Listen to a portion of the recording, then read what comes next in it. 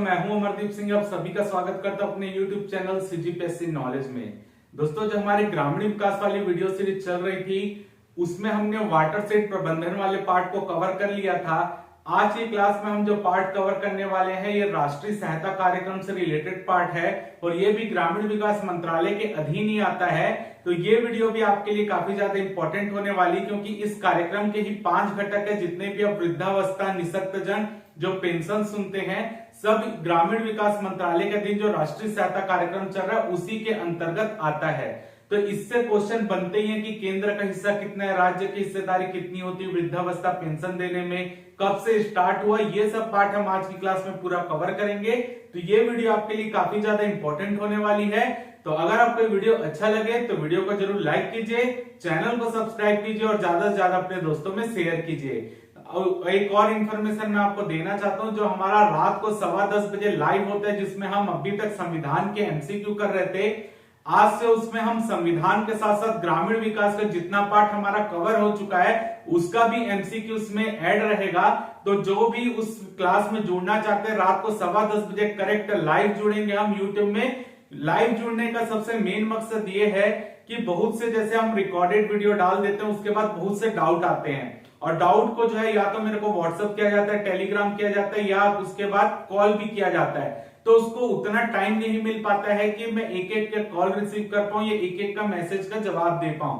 इसी के लिए मैंने लाइव क्लास इसलिए रखा है कि हम ग्रामीण विकास या संविधान का जो भी एमसीक्यू कर रहे हैं, आपका जो भी डाउट रहे आप डायरेक्ट लाइव पूछेंगे, आप कमेंट करेंगे, मैं कमेंट पढ़ के उसका जवाब दे दूंगा तुरंत का लाइव टू लाइव। तो मेरे को अलग से जो एक्स्ट्रा समय देना पड़ता है वो नहीं देना पड़ेगा। और कई लोगों को मैं जवाब नहीं दे पाता तो मुझे भी बुरा लगता है कि आप लोग सवाल पूछ रहे हैं मैं उसका जवाब नहीं दे पा रहा हूं, इसलिए ऐसा ना हो इसी के लिए हम लाइव क्लास कर रहे हैं एमसीक्यू की। तो ग्रामीण विकास और आपका संविधान का एमसीक्यू अगर आपको करना है तो रात को लाइव 10:15 बजे आप जुड़ जाइएगा। तो उसमें जो भी इंपॉर्टेंट क्वेश्चन है हम सब क्वेश्चन को कवर करते हैं। डेली हो रहा है रात को 10:15 बजे। क्लियर है? तो अगर आप जुड़ना चाहते हैं तो जुड़ सकते हैं। उसके पहले मैं आपको ये भी बता दूं, अभी आपको पता है कि सीजीपीएससी मेंस का भी क्लास अपना पेपर हो रहा है। तो उस पेपर में अगर आप चाहे सीजी इकोनॉमिक्स का पार्ट देखिए, लोक प्रशासन का देखिए, समाज शास्त्र का देखिए या आप उसके बाद सीजी हिस्ट्री का देखिए, आप इंडियन और सीजी इकोनॉमिक्स का देखिए, जितने भी पार्ट मैंने यहाँ पर कवर किया हुआ चाहे वो पेड क्लास में हो चाहे ओपन क्लास में भी क्यों ना हो यूट्यूब में, आप देखेंगे एक भी क्वेश्चन हमारे पढ़ाए हुए नोट्स से बाहर का नहीं है। यानी चाहे वो 2 नंबर का हो, 4 का हो, 8 का हो, 10 का हो या 15 का हो, हर क्वेश्चन हमारे नोट्स में अवेलेबल है, हर क्वेश्चन हमारी क्लास में कवर हुआ है। यानी इसलिए मैं आपको बोलता हूं जो भी मैं पढ़ा रहा हूं उसको अच्छे से पढ़िए। और आप लोग को जो डाउट रहता है कि इससे बाहर पढ़ना है कि नहीं, मैं आपको बार बार बोलता हूं आप पढ़ सकते हैं लेकिन आना वहीं से, क्योंकि हम हर पार्ट की जितनी भी इंपॉर्टेंट चीजें उसको क्लास में कवर करते हुए चलते हैं। इसलिए हमको देखेंगे ग्रामीण विकास में 1 महीना हो गया, हमारा कोर्स अभी भी चल रहा है, क्योंकि हम उसमें हर जितनी भी चीज आपसे पूछी जा सकती है सब चीज कवर करते हैं क्लास में। तो इसलिए मैं बोलता हूं कि आप मेरे से प्रॉपर जुड़े रहिए, आप जो भी मैं पढ़ा रहा हूं उसको प्रॉपर नोट्स बनाइए, आपका आसानी से पेपर में क्वेश्चन सॉल्व हो जाएगा। तो चलिए आगे बढ़ते हैं और आज की क्लास को हम चालू करते हैं। तो सबसे पहले हम देखते हैं राष्ट्रीय सामाजिक सहायता कार्यक्रम। तो अगर राष्ट्रीय सामाजिक सहायता कार्यक्रम भारत सरकार के ग्रामीण विकास मंत्रालय के अधीन एक योजना है, जिसमें अगर हम भारतीय संविधान का आर्टिकल 41 देखेंगे जो राज्य के नीति निर्देशक तत्वों में आता है, आर्टिकल 41 बोलता है राज्य को बेरोजगारी, वृद्धावस्था, बीमारी तथा अपंगता के मामले में जन सहायता उपलब्ध कराने का निर्देश देता है। यानी आर्टिकल 41 राज्य को ये निर्देश देता है कि अगर कोई व्यक्ति चाहे वो वृद्ध हो, अपंग हो, उनको आप जन सहायता उपलब्ध कराएं, ये आर्टिकल 41 बोलता है। लेकिन यहाँ पे आपको याद रखना है कि राज्य का मतलब यहाँ पर जो हमारा नॉर्मल छत्तीसगढ़, मध्य प्रदेश ऐसे राज्य से नहीं, राज्य के अंतर्गत भारत सरकार, राज्य सरकार और आपकी जितने भी गवर्नमेंट की एजेंसी सब इसके अंतर्गत शामिल होती है। तो याद रखिएगा राज्य को, यानी यहाँ पर भारत सरकार, राज्य सरकार और जितने भी गवर्नमेंट की एजेंसी सब शामिल है इसमें। तो राज्य को बेरोजगारी, वृद्धावस्था, बीमारी या अपंगता के मामले में जन सहायता उपलब्ध कराने का निर्देश देता है।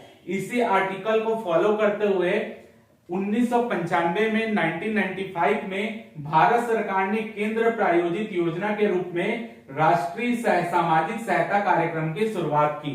यानी राष्ट्रीय सामाजिक सहायता कार्यक्रम कब चालू हुआ? 1995 में 1995 और ये आपको पता होना चाहिए केंद्र प्रायोजित योजना है।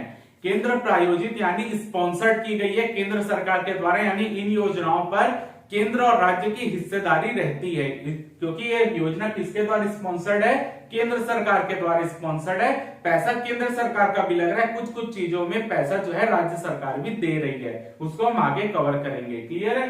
अगला है कि इसमें जो जितने भी इस योजना के अंतर्गत जो भी पात्र इंसान होंगे उसकी पहचान करने की जिम्मेदारी राज्य सरकार की है, और इन योजनाओं के अंतर्गत जितने भी पात्र व्यक्ति होंगे उनको वो सहायता उपलब्ध कराने की जिम्मेदारी स्थानीय निकायों की होती है। क्लियर है? फिर से बोल रहा हूं, इस योजना के अंतर्गत जो पात्र व्यक्ति उसकी पहचान करने की जिम्मेदारी राज्य सरकार की है, यानी राज्य सरकार दिशा निर्देश जारी करेगी, और उन पात्रताओं की पहचान के बाद उनको लाभ देने की, यानी जो राशि उपलब्ध कराई जाएगी वो देने की जिम्मेदारी किसकी है? वो जिम्मेदारी आपकी स्थानीय निकायों की, चाहे वो ग्राम पंचायत हो, जनपद हो, जिला हो, अगर नगरीय क्षेत्र में रहे, क्योंकि नगरी में भी ये चलता ही है थोड़ा बहुत, तो नगरीय क्षेत्र में और आपकी जो नगरीय निकाय, नगर निगम, नगर परिषद, ये सब होते हैं। लेकिन ये वर्तमान में जितने भी हम योजना पढ़ रहे हैं ग्रामीण विकास मंत्रालय के अधीन ही ये चल रही है। क्लियर है? अगला हम देखते हैं राष्ट्रीय सामाजिक सहायता कार्यक्रम के 5 घटक है। राष्ट्रीय सामाजिक सहायता कार्यक्रम के 5 घटक है, यानी इस कार्यक्रम के अंतर्गत 5 योजनाएं चल रही हैं। वो योजनाएं कौन कौन सी है? पहला, इंदिरा गांधी राष्ट्रीय वृद्धावस्था पेंशन योजना। तो अगर आपसे पूछा जाए कि इंदिरा गांधी राष्ट्रीय वृद्धावस्था पेंशन योजना किसके अधीन है, तो ये राष्ट्रीय सामाजिक सहायता कार्यक्रम के अधीन है, जो ग्रामीण विकास मंत्रालय के द्वारा संचालित है। क्लियर है? तो इंदिरा गांधी राष्ट्रीय वृद्धावस्था पेंशन योजना 1 अक्टूबर 1995 को चालू हुई है। 1 अक्टूबर 1995, 1995। क्या है इसमें? गरीबी रेखा के नीचे जीवन यापन करने वाले परिवारों के 60 से 79 आयु वर्ग के वृद्ध जनों को, यानी ऐसे परिवार जो बीपीएल परिवार है और उनके ऐसे व्यक्ति जो वृद्ध हैं और उनकी आयु 60 से 79 यानी 60 से 79 वर्ष के बीच में अगर उनकी आयु है, तो ऐसे में उनको 350 रुपए प्रति महीना वृद्धावस्था पेंशन दी जाएगी। कितना?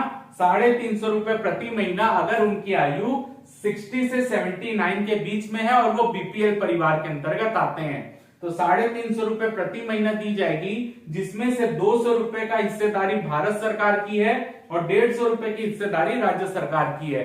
यानी 350 रुपए उनको पर मंथ दिया जाएगा, जिसमें 200 रुपए भारत सरकार दे रही है और 150 रुपए राज्य सरकार दे रही है।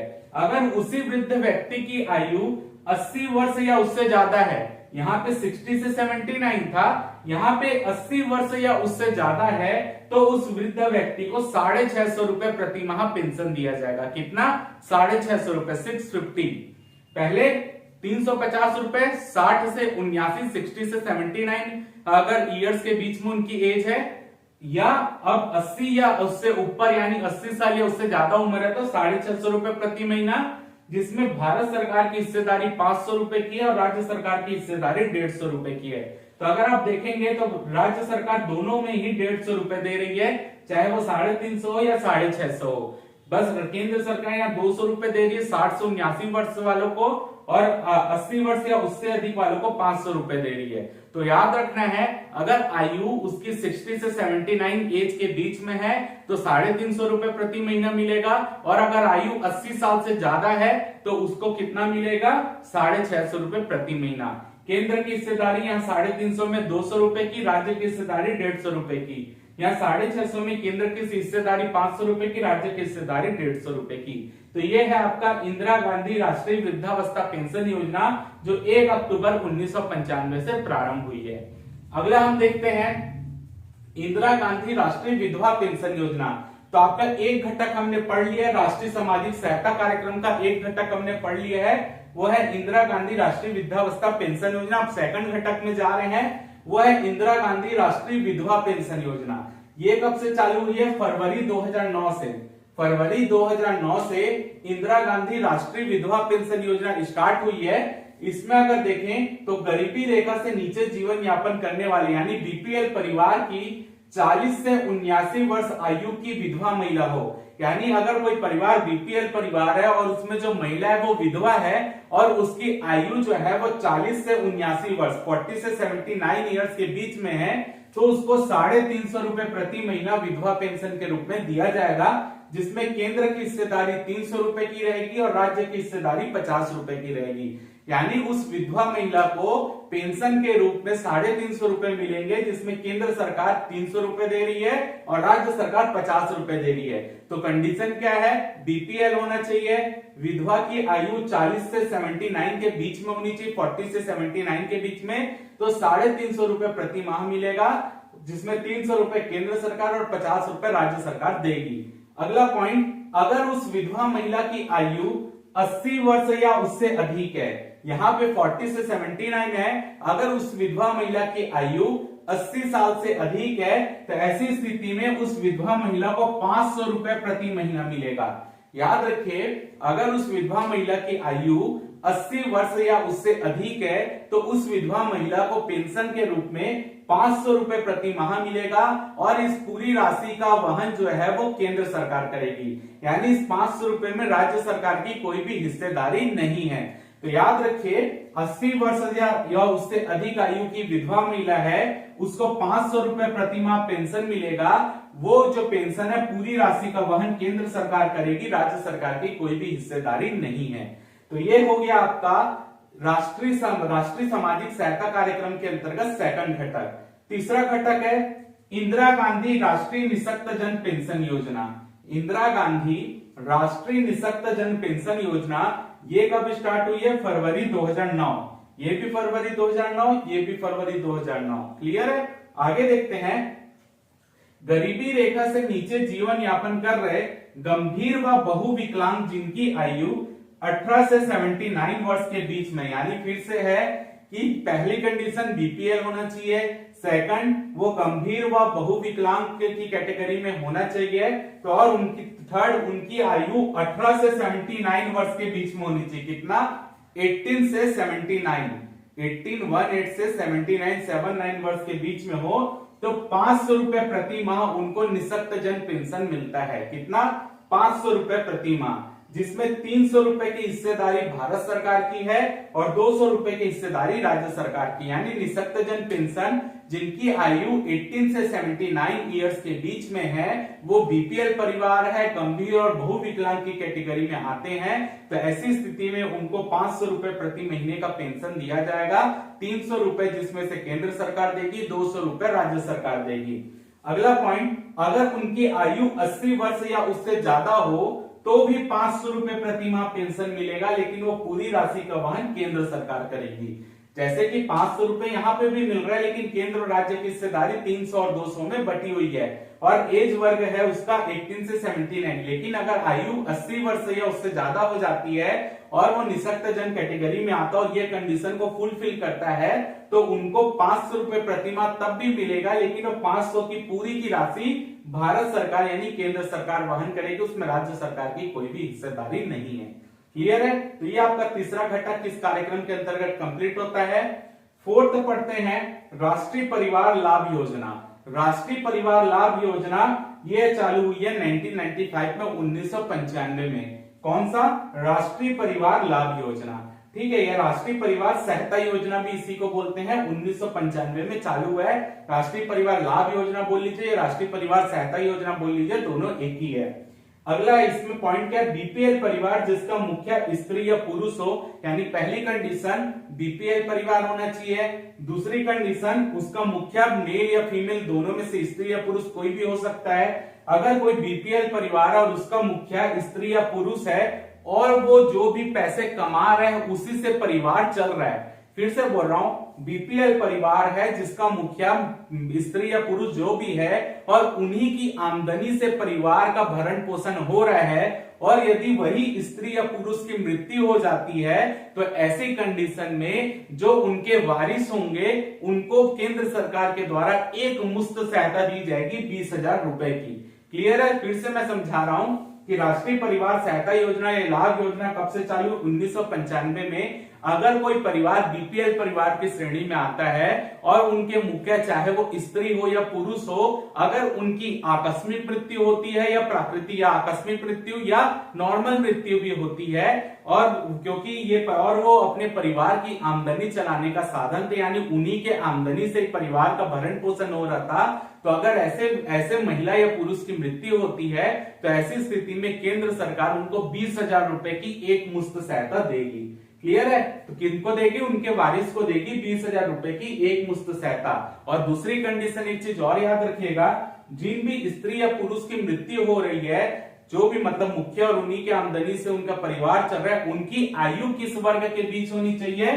18 वर्ष से अधिक व 60 वर्ष से कम होनी चाहिए। यानी ऐसा नहीं कि 60 वर्ष से ज्यादा हो जाए तब उस व्यक्ति की मृत्यु हो रही तब मिलेगा, ऐसा नहीं है। जो भी व्यक्ति जो स्त्री या पुरुष है और बीपीएल श्रेणी में आ रहा है और वो परिवार का भरण पोषण खुद कर रहा है, तो और उसकी मृत्यु हो जाती है और उसकी एज 18 साल से अधिक और 60 वर्ष से कम होती है, तभी स्थिति में उनके वारिसों को 20,000 रुपए की एक मुश्त सहायता दी जाएगी। और वो कौन देगा? केंद्र सरकार देगी। याद रखिए, भारत सरकार के द्वारा एक मुश्त सहायता दी जाएगी। तो ये आपका चौथा घटक खत्म होता है। और पांचवा और अंतिम घटक है अन्नपूर्णा योजना। अन्नपूर्णा योजना वर्ष 2000-2001 में चालू हुई है, यानी वित्तीय वर्ष 2000-2001 में अन्नपूर्णा योजना चालू हुई है। तो ऐसे वृद्ध व्यक्ति जो इंदिरा गांधी राष्ट्रीय वृद्धावस्था पेंशन योजना के पात्र हैं, फिर से बोल रहा हूं, ऐसे वृद्ध व्यक्ति जो इंदिरा गांधी राष्ट्रीय वृद्धावस्था पेंशन योजना के पात्र हैं, लेकिन उस योजना का उनको लाभ नहीं मिल रहा है, यानी इस योजना के लिए वो पात्र हैं लेकिन वो इस योजना का लाभ उनको नहीं मिल रहा है, तो ऐसी स्थिति में उनको क्या किया जाएगा? प्रति माह 10 किलो का खाद्यान्न निःशुल्क उपलब्ध कराया जाएगा। फिर से बोल रहा हूं, अन्नपूर्णा योजना क्या है? वर्ष 2000-2001 में चालू हुई है। ऐसे वृद्ध व्यक्ति जो इंदिरा गांधी राष्ट्रीय वृद्धावस्था पेंशन योजना के हकदार हैं, लेकिन वो इस योजना का लाभ उनको नहीं मिल रहा है, तो ऐसी स्थिति में उनको जो है अन्नपूर्णा योजना के अंतर्गत 10 किलो खाद्यान्न प्रति माह निःशुल्क उपलब्ध कराया जाएगा। प्रति माह 10 केजी खाद्यान्न निःशुल्क उपलब्ध कराया जाएगा। तो फिर से आपको मैं ओवरऑल आपको बता दूं कि इसमें पात्रता डिसाइड करने की जिम्मेदारी राज्य सरकार की है, लेकिन लाभ देने की जिम्मेदारी स्थानीय निकायों की है। क्लियर है? और कई योजना, क्योंकि केंद्र प्रायोजित योजना है कि स्पॉन्सर्ड केंद्र सरकार के द्वारा है, तो यहाँ पर केंद्र और राज्य की हिस्सेदारी भी आपको विभिन्न योजनाओं में अलग अलग देखने मिली, लेकिन मेन हिस्सेदारी केंद्र सरकार की है। क्लियर है? तो ये आपका वो जो हमारा कार्यक्रम था राष्ट्रीय सामाजिक सहायता कार्यक्रम, वो यहाँ पे कंप्लीट होता है, क्योंकि ये कार्यक्रम भी ग्रामीण विकास मंत्रालय के अंतर्गत है। और उसके अंतर्गत आप ये देखेंगे तो ये विभिन्न योजना सामाजिक जो समाज विभाग है, जो सामाजिक कार्य विभाग है, उसके अंतर्गत आती है। लेकिन ये पूरा जो सहायता कार्यक्रम है ये ग्रामीण विकास मंत्रालय के अधीन है, इसलिए हमको ये पार्ट कवर करना पड़ा। और इससे पेपर में क्वेश्चन बनते हैं जो भी, क्योंकि काफी ज्यादा कंफ्यूजन होगा, पूछेगा क्या केंद्र की हिस्सेदारी कितनी है, राज्य की कितनी है, कब से चालू हुई है, कौन सी योजना में केवल केंद्र सरकार पैसा दे रही है। जैसे कि मैंने बताया यहाँ पर 80 साल से ऊपर है तो 500 रुपए प्रति माह पूरा केंद्र सरकार देगी। तो इस तरीके का कंफ्यूजन पॉइंट पेपर में आता है, तो आप इसका स्क्रीनशॉट लीजिए और इसको अच्छे से नोट कीजिए।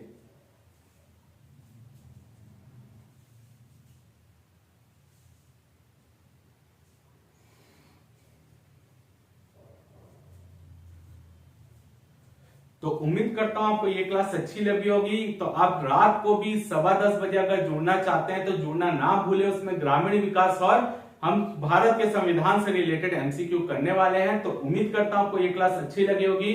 अगर आपको वीडियो अच्छा लगा तो वीडियो को जरूर लाइक कीजिए, चैनल को सब्सक्राइब कीजिए, ज्यादा से ज्यादा शेयर कीजिए। फिलहाल के इस वीडियो में सिर्फ इतना ही। जय भारत, जय छत्तीसगढ़।